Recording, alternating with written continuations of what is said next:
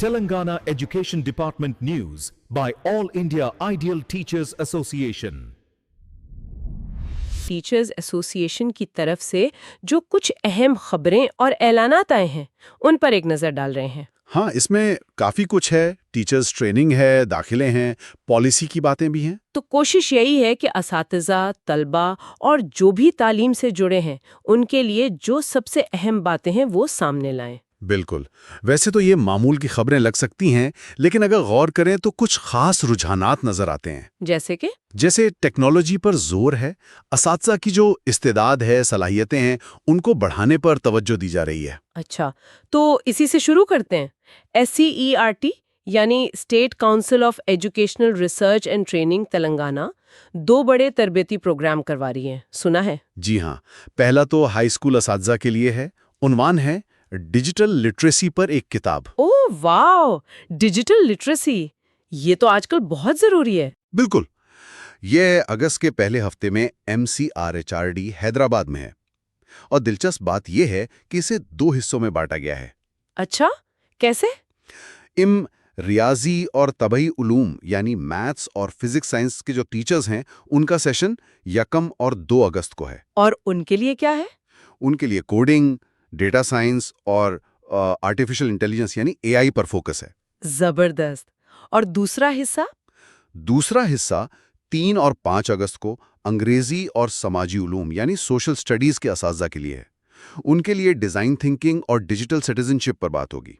ये तकसीम तो काफी सोच समझकर की गई लगती है, यानी मजमून के हिसाब से डिजिटल स्किल्स भी मुख्तलिफ। जी बिल्कुल।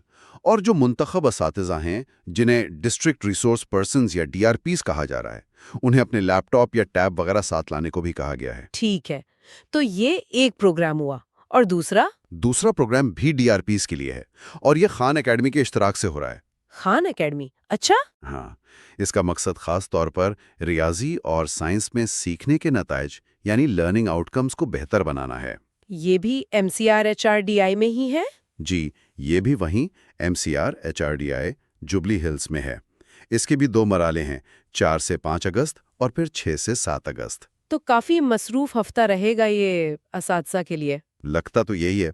और दोनों प्रोग्रामों के लिए जो ज़िले तालीमी अफसरान हैं, DEOs, उन्हें 30 जुलाई तक मुंतखब DRPs की तफसीलात भेजने की हिदायत दी गई है। चले, ये तो हुई असातिज़ा की तरबियत की बात। अब जरा आला तालीम के मौक़े पर नजर डालते हैं। मौलाना आज़ाद नेशनल उर्दू यूनिवर्सिटी यानी मानो मानो का जो फासलाती और ऑनलाइन तालीम का मरकज़ है, CDOE, वो 2025-26 तालीमी साल के लिए दाखिले खोल रहा है। Open and distance learning ODL mode में? बिल्कुल। और इसमें काफ़ी वसी रेंज है प्रोग्राम्स की।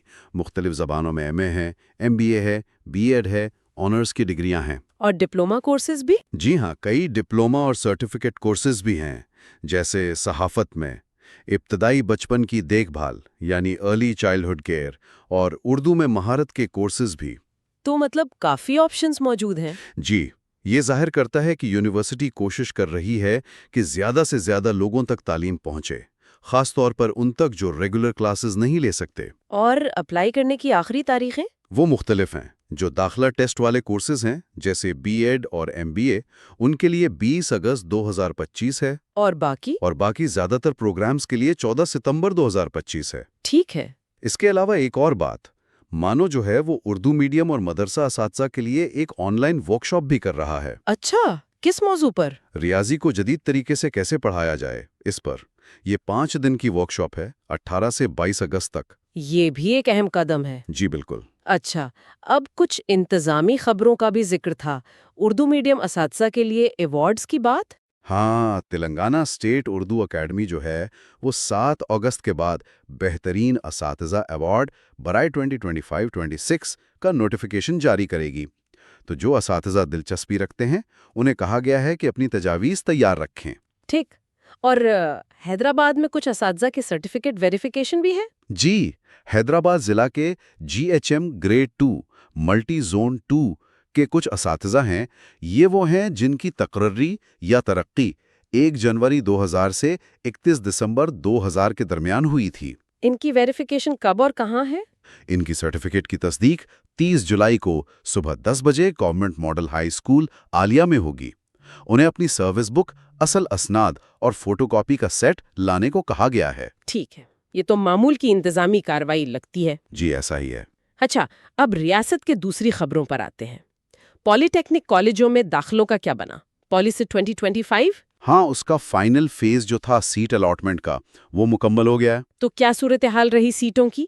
کتنی بھری، کتنی خالی؟ اعداد و شمار یہ بتا رہے ہیں کہ کل تقریباً 29,449 نشستیں تھیں 115 کالجوں میں۔ ان میں سے 18,267 بھری ہیں، جو تقریباً 62% بنتا ہے۔ یعنی کافی سیٹیں خالی رہ گئیں؟ جی، 11,000 سے زیادہ، 11,182 سیٹیں خالی ہیں۔